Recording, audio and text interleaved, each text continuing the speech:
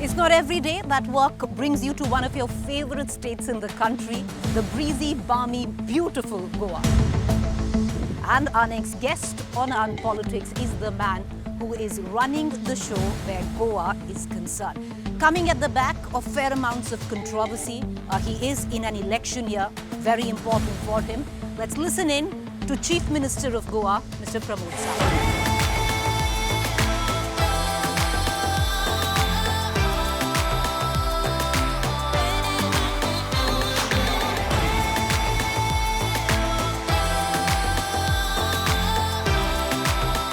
आजकल एक चार्ज है by some who are saying Goa is being Hinduised a lot.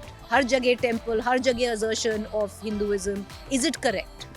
In a very crude terminology जो हम studios में डिस्कस करते हैं कि जब गोवा की बारी आती है पैसा बोलता है. MLAs are weighed in money, not so much in ideology.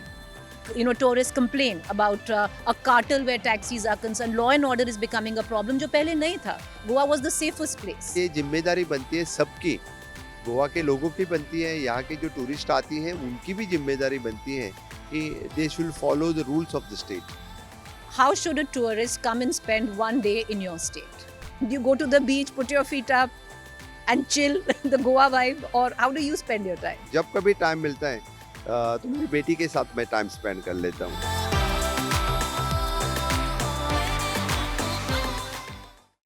Sir, it's an honor and a privilege to have you here. We are very glad because it's gotten us away from the terrible pollution and the air in Delhi to Goa. So thank you for giving us your time. As is the nature of our show, Mr. Sawant, I will request you, I know you're the Chief Minister, you're the man in charge, you run the show where Goa is concerned. You know, you've come back for a second term, you're in an election year, but our show begins with our guest introducing himself or herself to our viewers. How will the Chief Minister of Goa introduce himself to our listeners, our viewers today?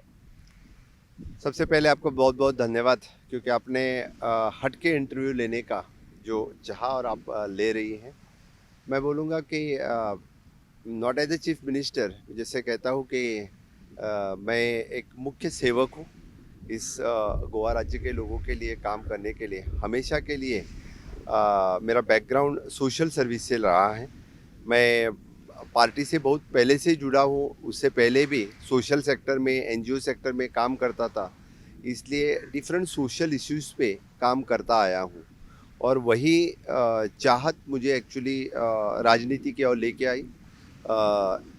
Late chief minister स्वर्गीय मनोहर भाई पर्रिकर, उन्होंने ही मुझे राजनीति में लाया और उन्हीं के कदम पे काम करते हुए यानी लोगों के लिए काम करना, राज्य के लिए काम करना, देश प्रथम, द्वितीय मैं पार्टी और थर्ड मी, इसी तत्व पर मैं काम कर रहा हूँ. इसीलिए यानी ऐसे कुछ मैं I am the administrator, I am the boss, ये फीलिंग मुझे कभी नहीं होती. कुछ भी रहा तो लोगों का समझना, लोगों को सुनना और बाद में डिसीजन लेना.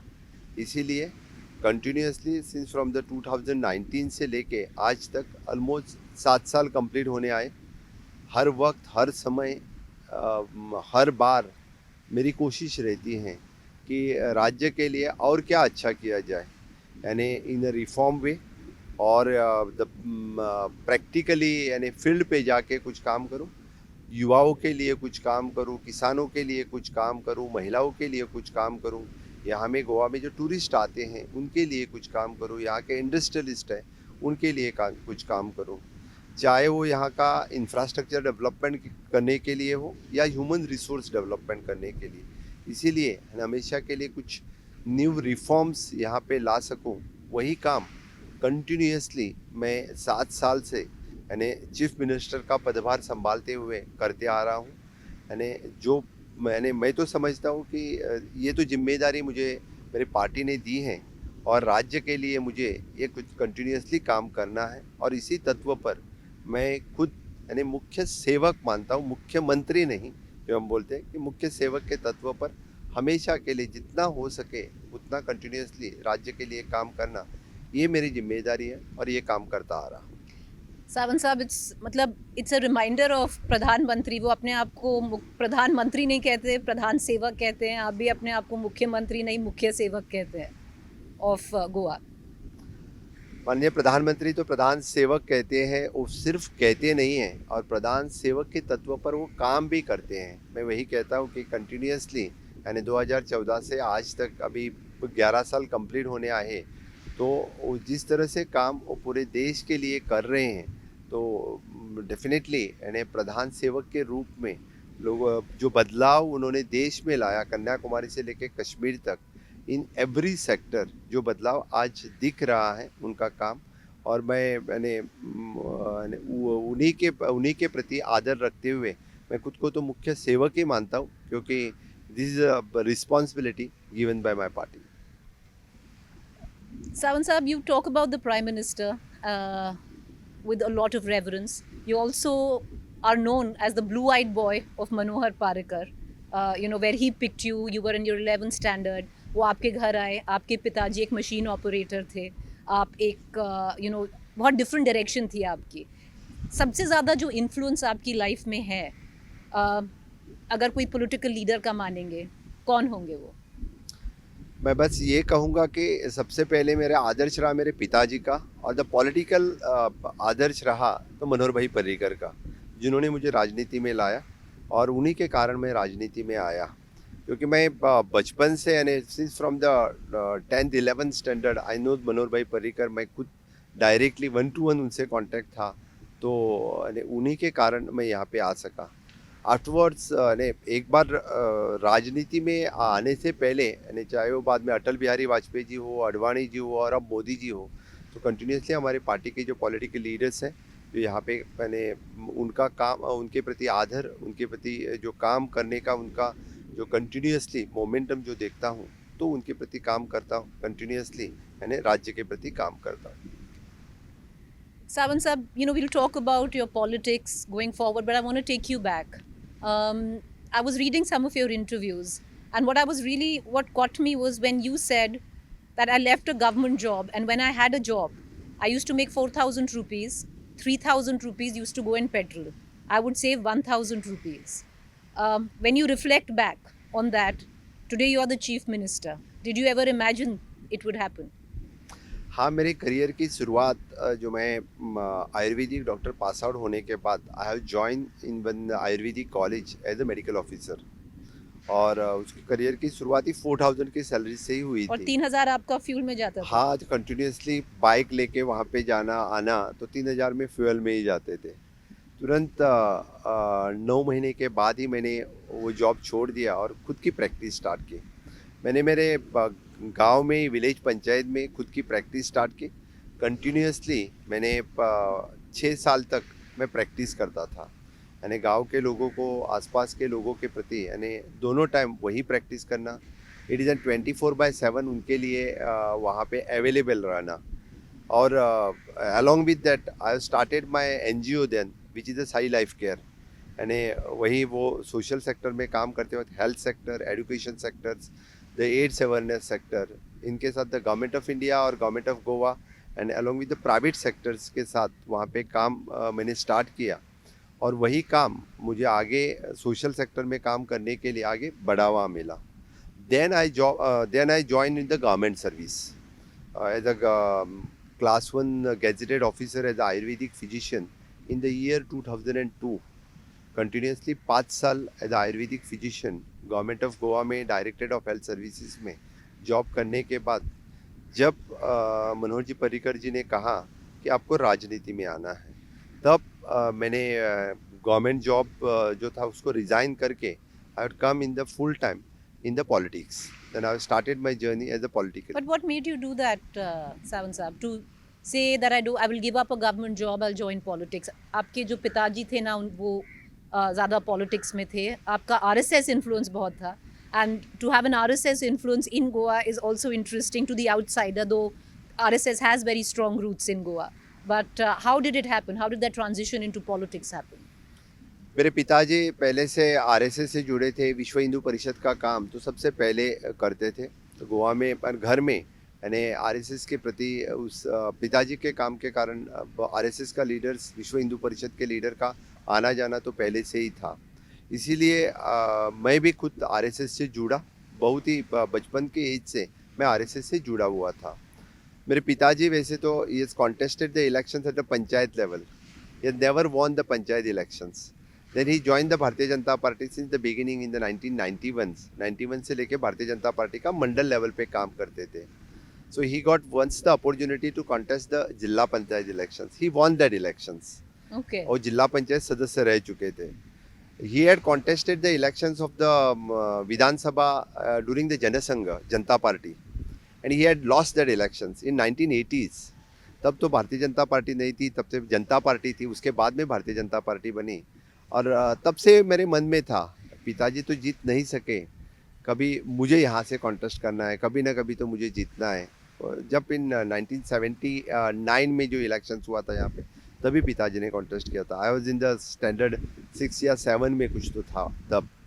और तब से लेके मुझे लगता था कि कभी ना कभी मुझे एमएलए बनना है. बस वही ध्यास जो था वो आगे राजनीति से जुड़ाव हो गया, राजनीति से एक. और सेकंड अगेन सोशल सेक्टर, लोगों का काम करना है तो राजनीति में आना ही उचित है. उसके सिवा हम सिर्फ काम नहीं कर सकते. ये जो भावना थी वो मुझे राजनीति की ओर खींच कर लाई.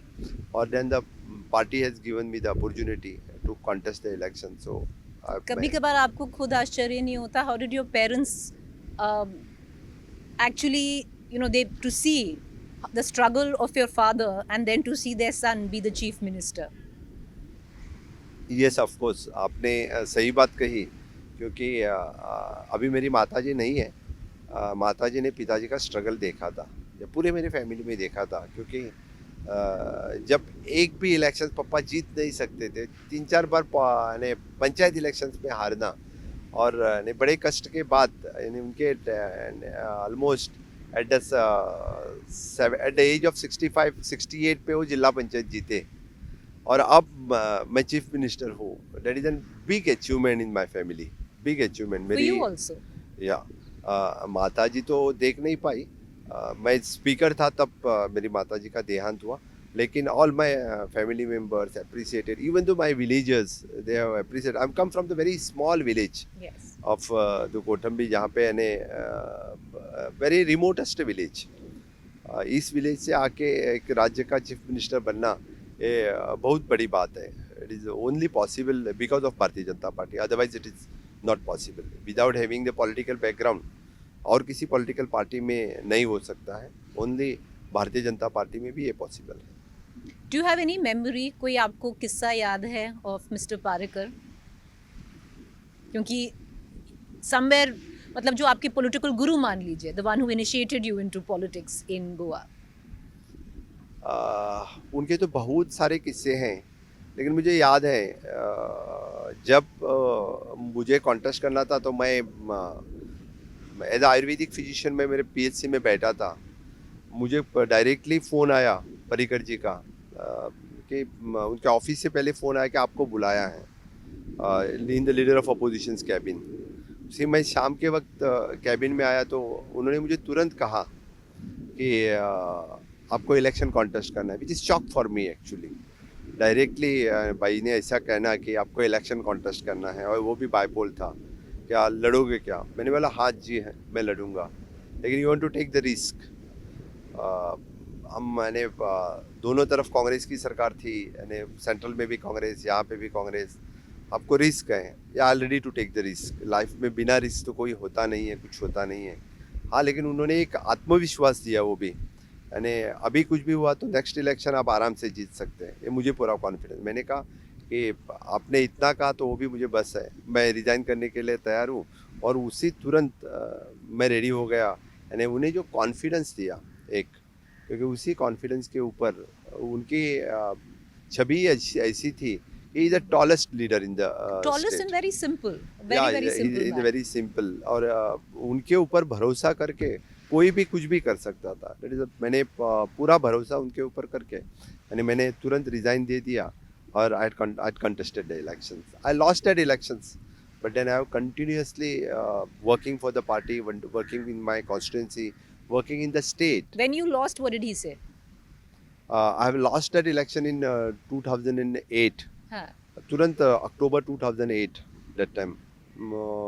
इलेक्शन लॉस्ट होने के बाद भी मैंने मेरे कॉन्स्टिट्यूंसी में मेरा काम मेरे कार्यकर्ताओं के साथ चालू रखा। पारिकर जी ने क्या बोला आपको तो? पर्रिकर जी बोला कोई चिंता नहीं है कि आप काम चालू रखो, आपको यानी definitely next election you will win.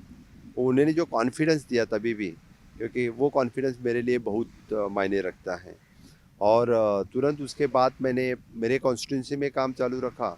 और even though the state has given me the political post of the BJYM youth president of the state, that is a big for me.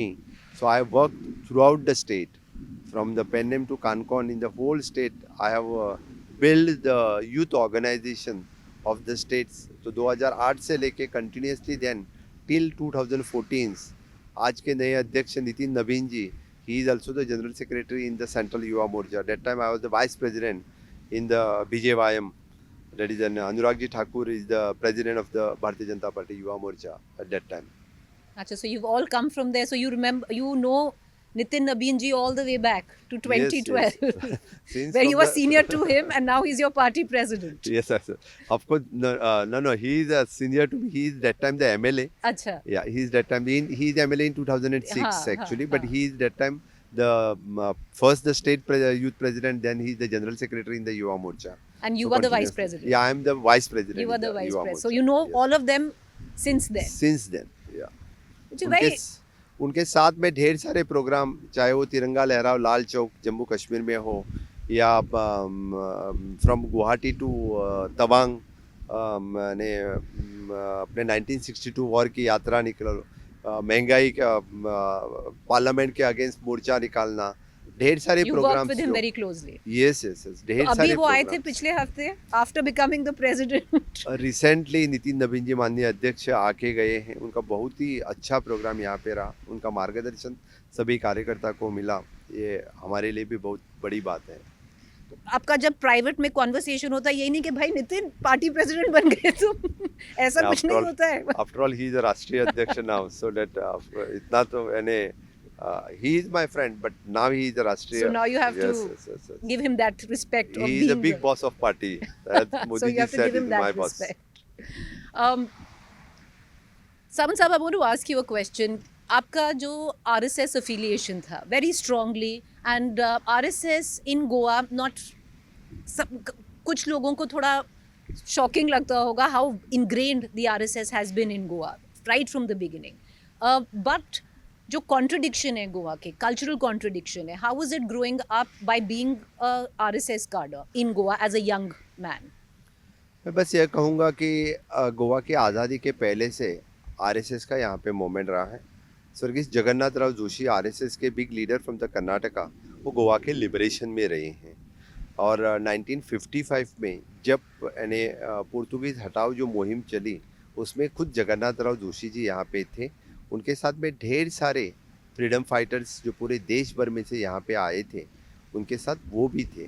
इसके लिए मैंने कहा कि आरएसएस का काम गोवा में कुछ नया काम नहीं है।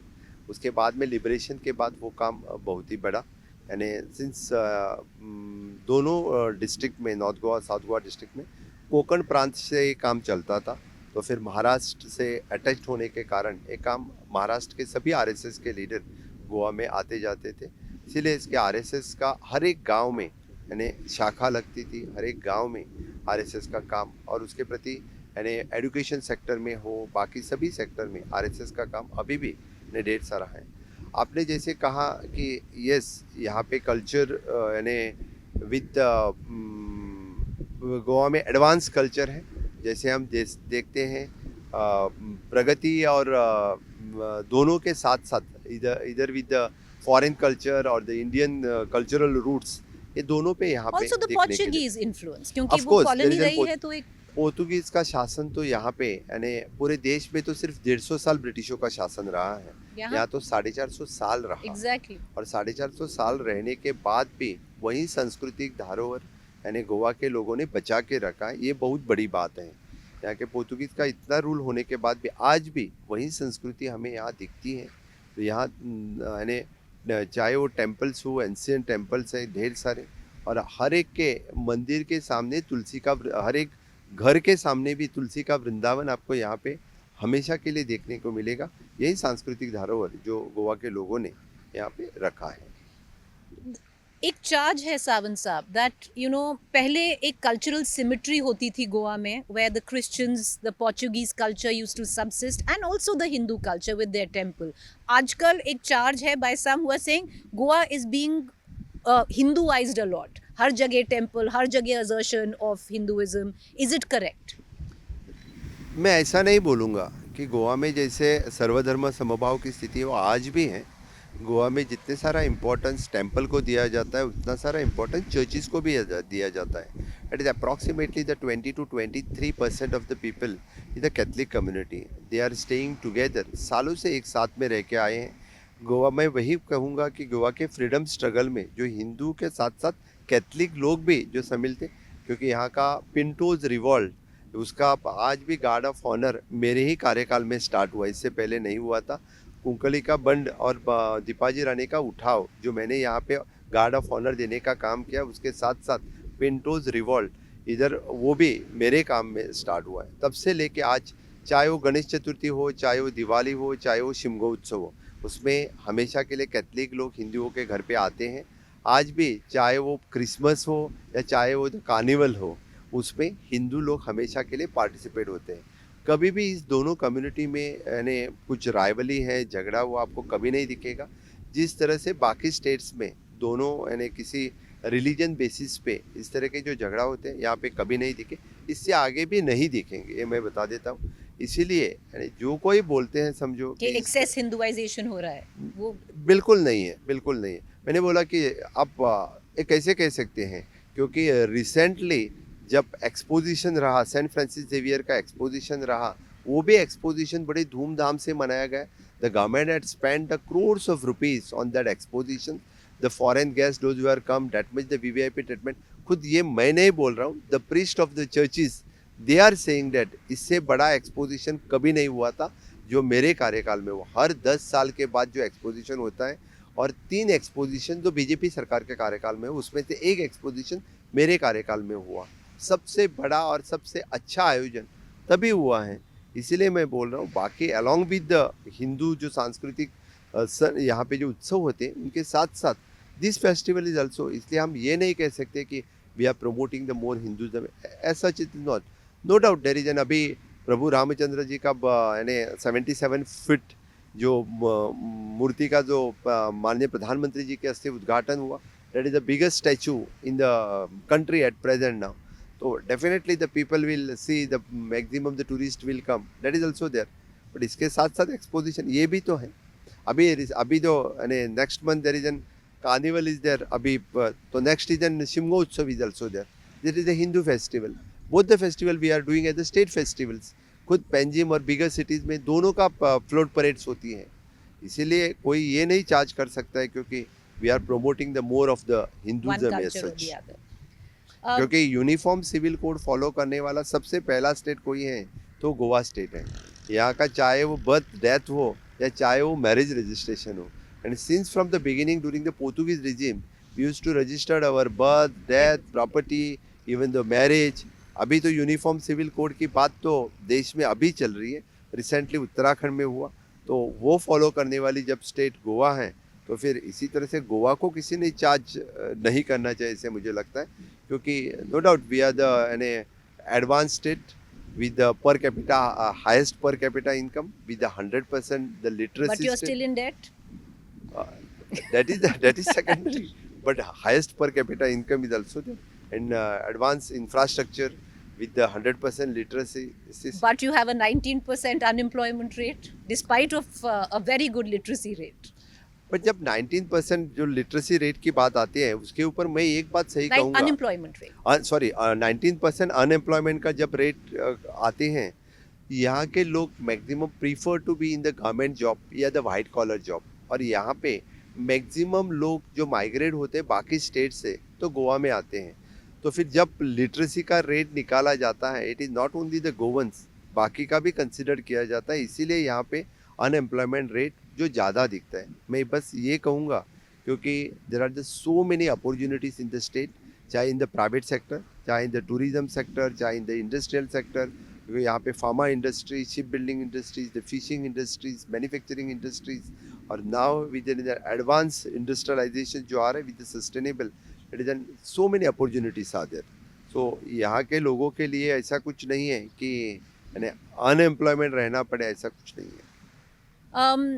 CM Saab, I want to ask you a question on your various elections that you fought on your political career, because it has been tumultuous and it hasn't been easy for you. Your last election, you actually won less than 1,000 votes. 666, if I'm not wrong, was the margin of victory. It was a very close call.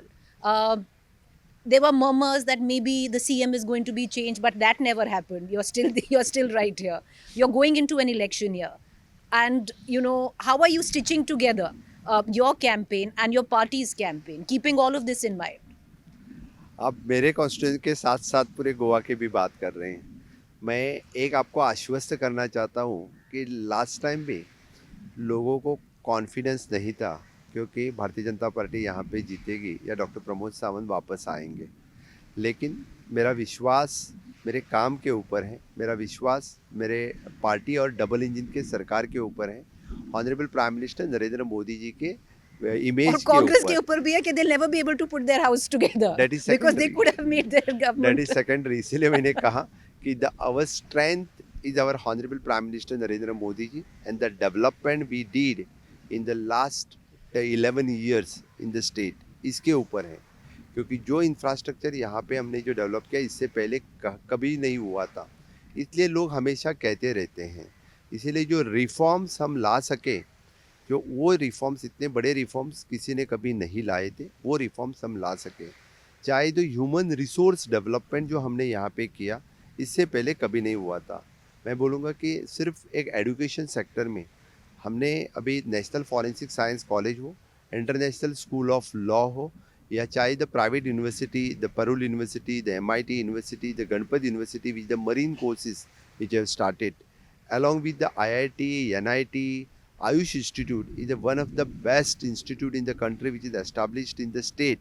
Only because of the double engine सरकार it is possible. और along with that, यानी जो skill development की जो हम बात कर रहे हैं, वही इस तरह के सभी ITS में हमने hospitality related courses we have started. There is so many opportunities for the youth जो यहाँ पे हैं उनके लिए अवेलेबल है. इसलिए मैं कहता हूँ कि मेरा विश्वास हमारे काम पे है. यानी जब सरकार और संगठन एक साथ में काम करती हैं तो फिर एक बार यहाँ पे अपनी सरकार आने के लिए कोई कमी नहीं रहेंगी. क्योंकि सरकार का काम भी बहुत ही अच्छा चल रहा है, संगठन का काम भी पार्टी की तरफ से बहुत ही अच्छा चल रहा है.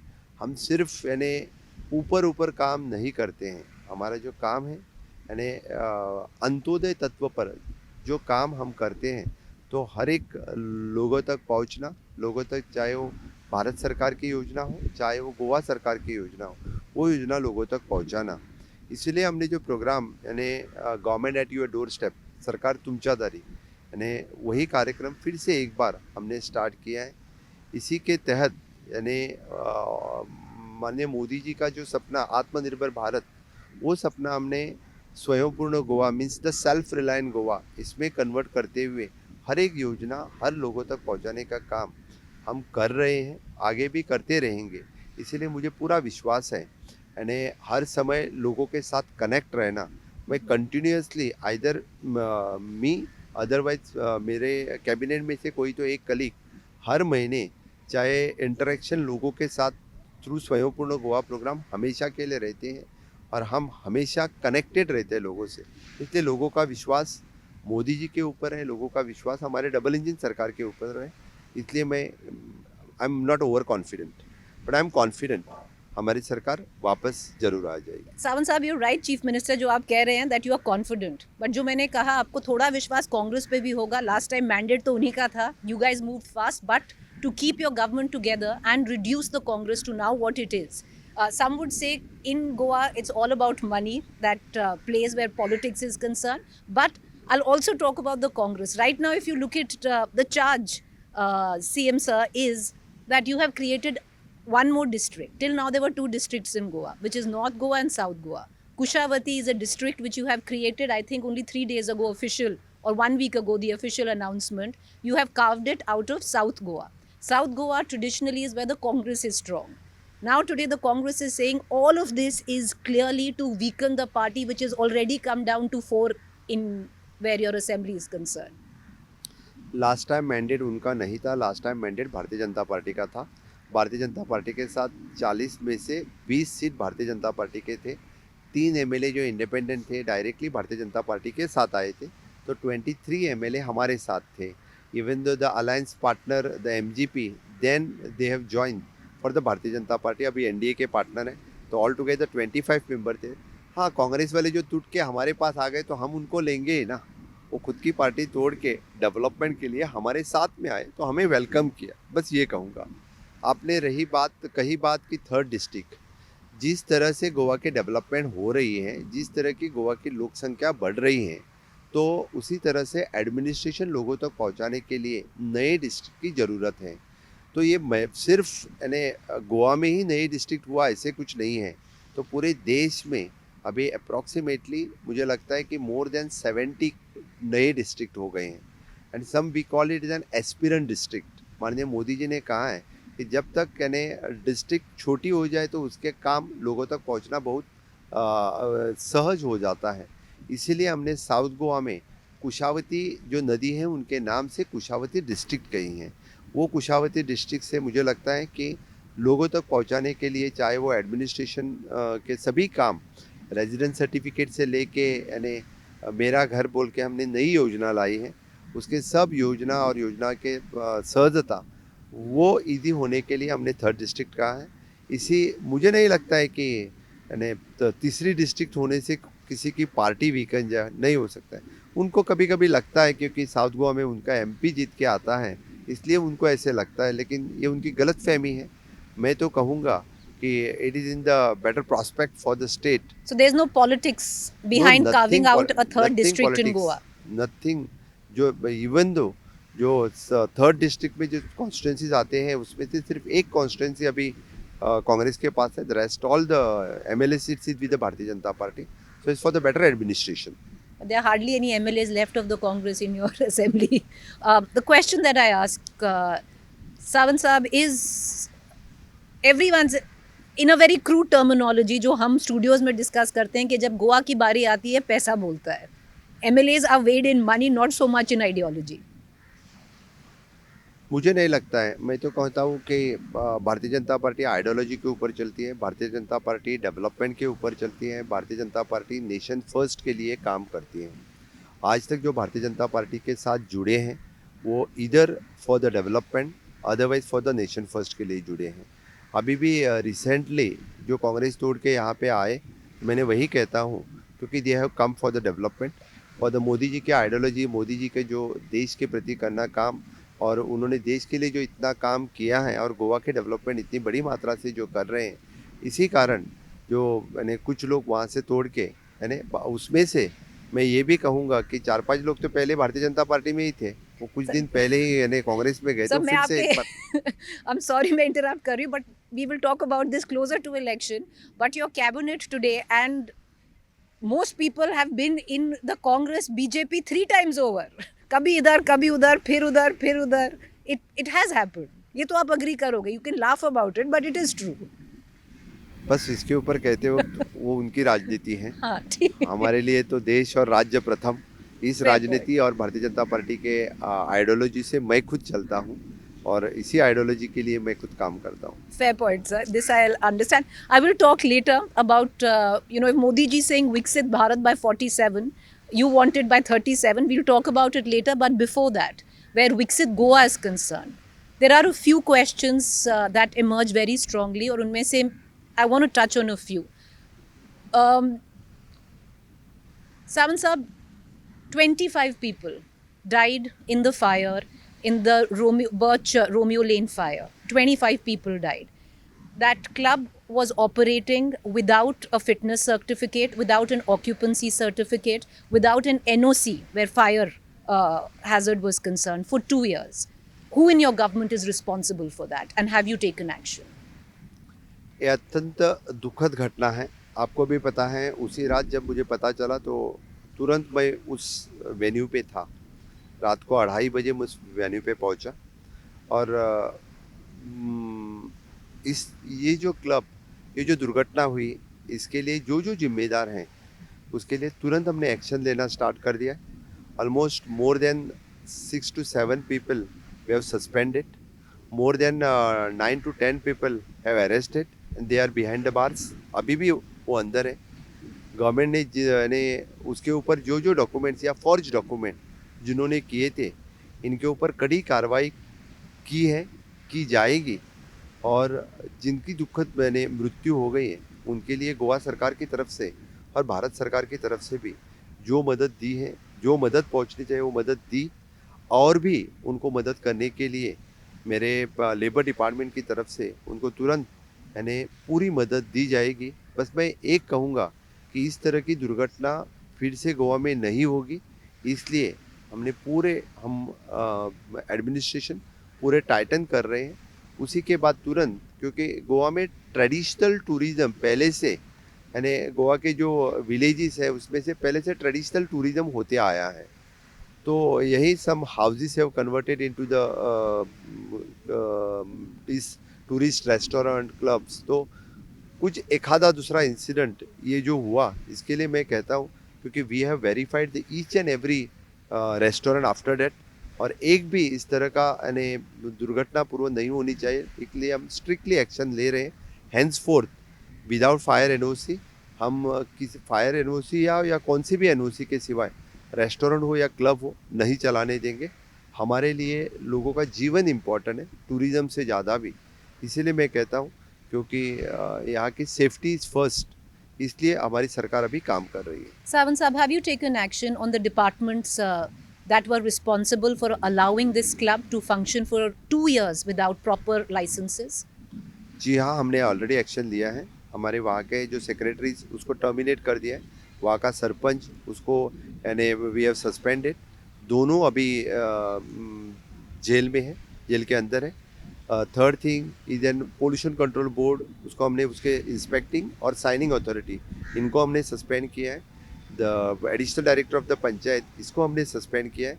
Even though we have issued the letter for the each and every department, चाहे वो एफडीए से लेके फायर तक, जिन्होंने वहाँ पे एनओसी विदाउट एनओसी भी वो चल रहा था, इसीलिए सबको शोकॉज नोटिस इशू किया है। उसका थॉरो इन्वेस्टिगेशन चल रहा है और मुझे निश्चित रूप से मैं ये कहूँगा कि ये जब तक ये केस फाइनल हो जाए उससे पहले कड़ी से कड़ी कार्रवाई इन सब के ऊपर हो जाएगी। I will take your word for this, CM Saab, and I will ask you one more question. India Today had done an investigation at the back of it. We have found over 200 nightclubs in Goa are right now running without a proper license. Can I take your word that you will crack the whip and strong action will be taken? Because there are some clubs who are continuing to function without proper licenses. It is not the 200 clubs, it is the 27 clubs who are running the without licenses. We have inspected and we have suspended for the license. They have not having the proper licenses. And already now they are following the procedures और उनके पूरे licenses मिलने के बाद ही फिर से वो start होंगे। अभी 27 क्लब्स हमने जो सस्पेंड किए हैं उसके लाइसेंस टर्मिनेटेड किए हैं, अभी वो बंद है। Savan Sahab, there are about 3,000 cases which are still pending of illegal construction where panchayat courts are concerned. A lot of these clubs, a lot of these shacks, tourist developments go into illegal construction, and the cases are continuing to where panchayat courts are concerned. How do you think one can deal with that better?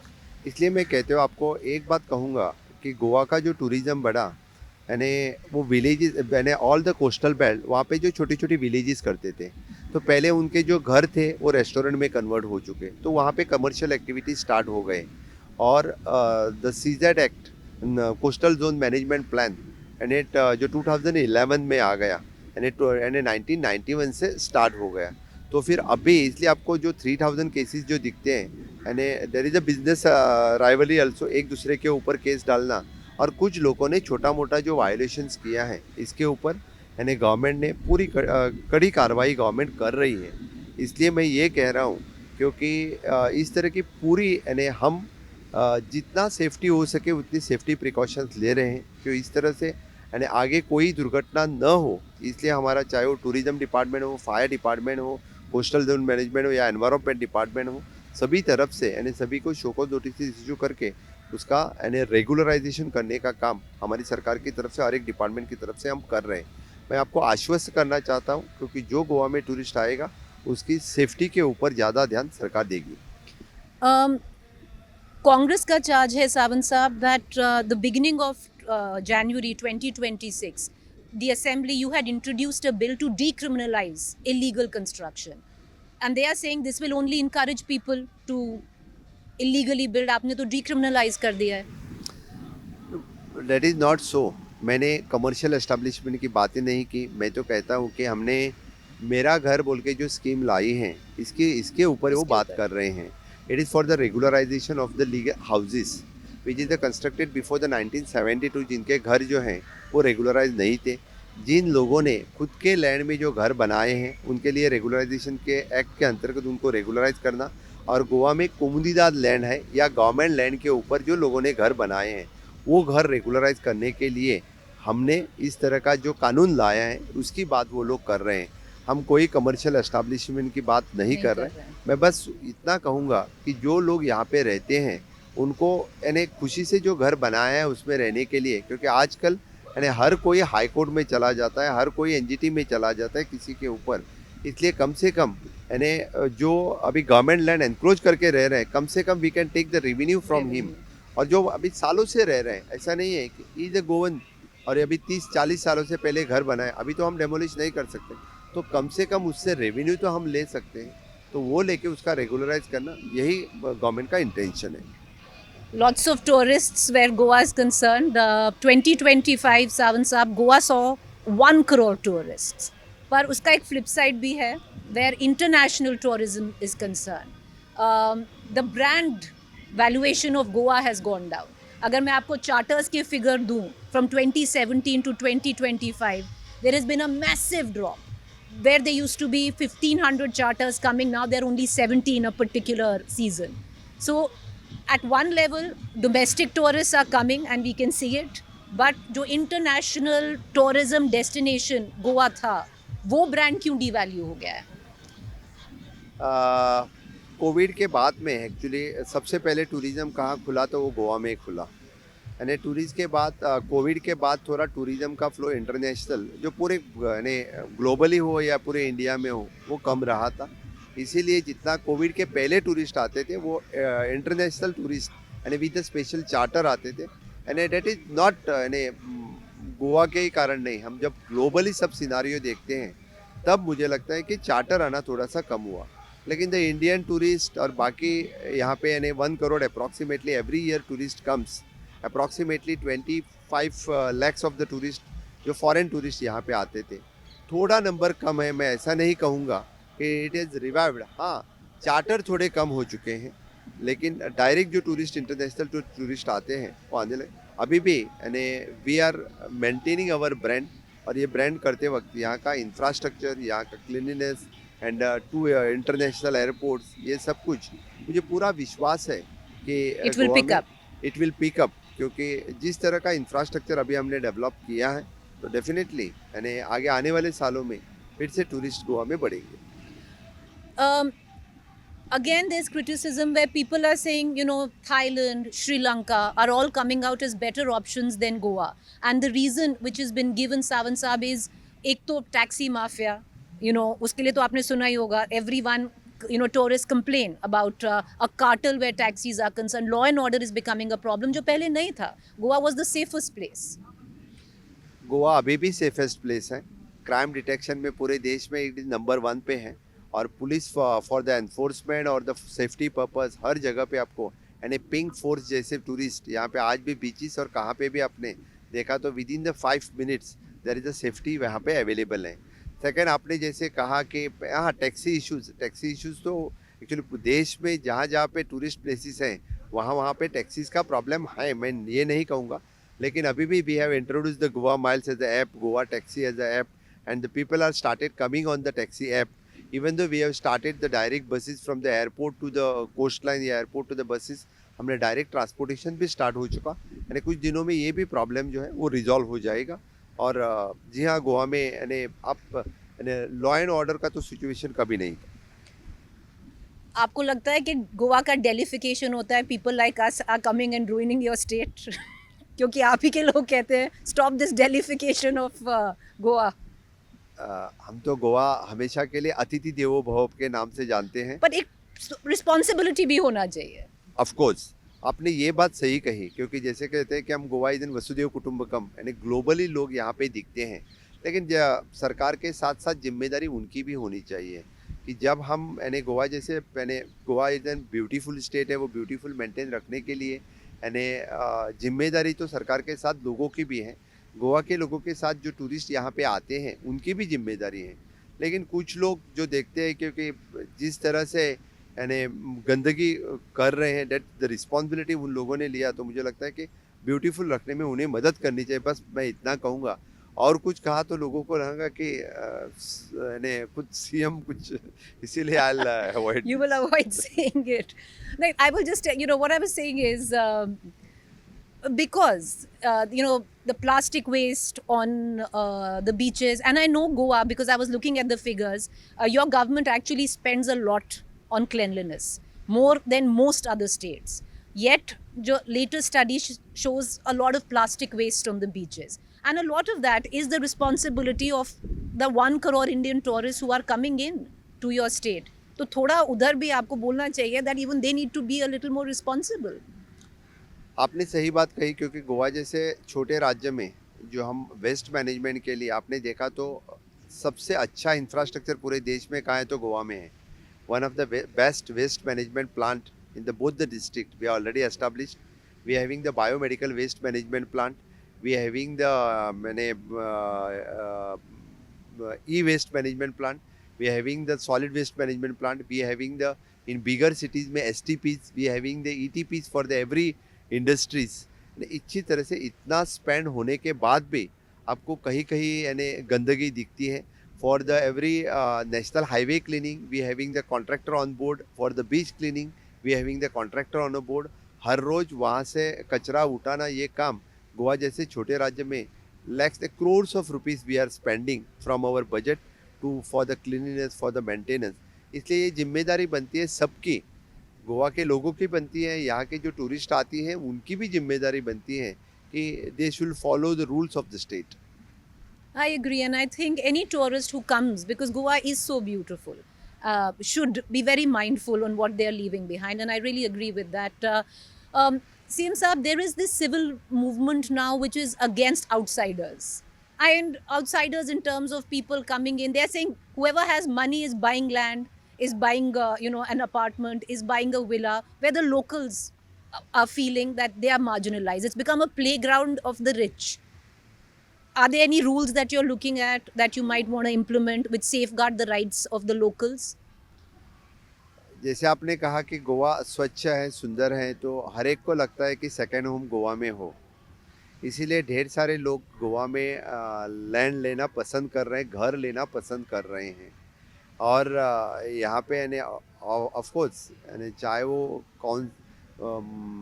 किसी भी state से हो, उसको लगता है कि मेरा second home यहाँ पे हो. यानी बीइंग हम तो इसी किसी को डायरेक्टली अवॉइड तो नहीं कर सकते, किसी को तो But बंद how do नहीं you कर protect सकते. this beautiful state? हर जगह एक अपार्टमेंट बन रहा है, विला बन रहा है, पेड़ कट रहा है.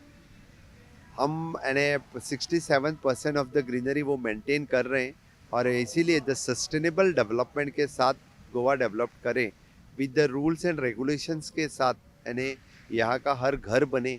इसीलिए सरकार की पूरी कोशिश है, क्योंकि ये मेंटेन करके यानी यहाँ की डेवलपमेंट हो, सस्टेनेबल रीति से डेवलपमेंट हो. क्योंकि एक तरफ से CZMP, दूसरी तरफ से इको सेंसिटिव एरिया, और there is an very little scope for the development. इसलिए यानी यहाँ के रूल्स फॉलो करके डेवलपमेंट बने. We have tighten the rules, और Have इससे you आगे tightened the rules? Yes of course we have tighten the rule, और इससे आगे भी हम और रूल्स थोड़े टाइटन करेंगे, जिससे यानी सस्टेनेबल डेवलपमेंट हो. डेवलपमेंट न हो, डेवलपमेंट हो लेकिन सस्टेनेबल रीति से हो. Sawan Saab, I'm going to ask you two questions. This is an election year for you, and I want you to talk a little bit about Viksit Goa by 2037. आपने वो एक decade जो प्रधानमंत्री 47 के लिए बोल रहे हैं, आपने एक डेकेड ज़्यादा आगे कर दिया गोवा के लिए. How will you achieve this target? What are you looking at doing? जी हाँ, ऑनरेबल प्राइम मिनिस्टर विकसित भारत 2037 की बात करते हैं. और हम विकसित गोवा 2037 की बात 10 साल पहले, क्योंकि ऑलरेडी यानी उनके जो विकसित भारत में जो फ्लैगशिप प्रोग्राम है उनके 13 फ्लैगशिप प्रोग्राम उन्होंने रखे हैं, यानी विकसित भारत के लिए भी हो, चाहे वो हर घर नल से जल हो या चाहे वो हर घर इंश्योरेंस हो. It is almost 80% of the program we have 100% we have achieved. Now we are saying कि उससे थोड़ा आगे जाके उसकी डेवलपमेंट किस तरह से हो, इसकी बात हम अभी से यानी 10 साल पहले किस तरह से हो, इसकी बात हम कर रहे हैं. चाहे वो इकोनॉमिक डेवलपमेंट हो, चाहे वो इंफ्रास्ट्रक्चर डेवलपमेंट हो, चाहे हेल्थ सेक्टर में हो, एजुकेशन सेक्टर में हो, we are in the advance stage to do that development. 10 साल प्रायर करने के लिए हमारी कोशिश है और गोवा जैसे छोटे राज्य में ये पॉसिबल है. इसीलिए हमारी पूरी डबल इंजन की सरकार की मदद से हो या under the guidance of the honourable prime minister and NITI Aayog, यानी हर प्रोजेक्ट किस तरह से यहाँ पे बहुत ही जल्दी हो, इसीलिए हमारी कोशिश है. क्योंकि नीति आयोग या इनकी डेवलपमेंट से ये प्रोजेक्ट यहाँ पे 10 साल पहले करके दिखाए. जो ऑनरेबल प्राइम मिनिस्टर ने जो गतिशक्ति प्लेटफॉर्म निकाला, which is a very good one of the platform, जिससे हम विद इंटीग्रेट एवरीथिंग, चाहे वो पोर्ट हो, एयरपोर्ट हो, रोड हो, रेल हो या चाहे वो हॉस्पिटल हो या प्राइमरी स्कूल हो, एक प्लेटफॉर्म से किस तरह से जुड़ सकता है, उसी प्लेटफॉर्म के तहत इसीलिए हम गोवा की पूरी डेवलपमेंट इसी के ऊपर कर रहे हैं. और मुझे पूरा विश्वास है we have prepared the plan for the विकसित गोवा 2037, यानी उसी तरह से हमारे स्टेप वाइज हम वो विकसित कर सकेंगे. I'm going to put you on the spot as someone who's from Goa, जो गोवा से हैं. As Chief Minister, सावंत साहब, you give me tips. What is the prettiest beach in Goa? Miramar Beach. Miramar, where we are sitting Yes. right now. How do you spend your time as someone who has a day off? How do you spend your time? Do you go to the beach, put your feet up and chill, the Goa vibe, or how do you spend your time? अभी तो मुझे possible नहीं होता, chief minister होने के बाद मुझे कभी भी यानी टाइम स्पेंड करने का नहीं रहता, टाइम मिलता नहीं है एक्चुअली, ये बात सही है. इसीलिए maximum I am busy with my administrative work. जब कभी टाइम मिलता है हाँ. तो मेरी बेटी के साथ मैं टाइम स्पेंड कर लेता हूँ. Do you that is go- my how do you spend that time? Do you go for a walk on the beach? Do you know ये तो आपको it doesn't matter only, no, because आप लोग देखते रहते हो. बीच पे तो कभी यानी Nothing like that. नथिंग, यानी उसके साथ में You spend खेलना time with कूदना, उसके साथ टाइम स्पेंड करना बस. What are the best restaurants in Goa that one must go to? Are you fond of eating?